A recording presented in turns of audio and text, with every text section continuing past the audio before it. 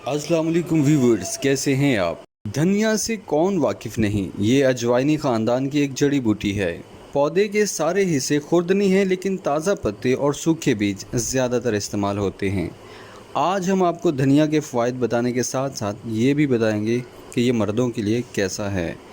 धनिया में potassium, calcium, copper, iron, zinc, vitamin B और मैग्नीशियम शामिल हैं। धनिया निज़ाम इंहिज़ाम को दुरुस्त रखता है। धनिया मैदे की जलन में मुफीद है और ये मतली और पेचिश में इसका इस्तेमाल नहायत ही फ़ायदेमंद है।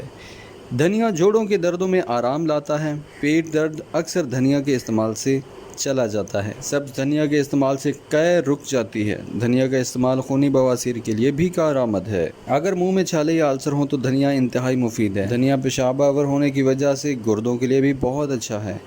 कसरत एहतलाम में फ़ायदेमंद है और वो हज़रात जिनमें क़ुव्वत बा की कमी हो वो इसका इस्तेमाल हरगिज़ न करें, क्योंकि धनिया कसरत शहवत में कमी लाता है। चैनल को सब्सक्राइब और वीडियो को लाइक ज़रूर कीजिएगा। अपना और अपने प्यारों का हमेशा ख्याल रखें।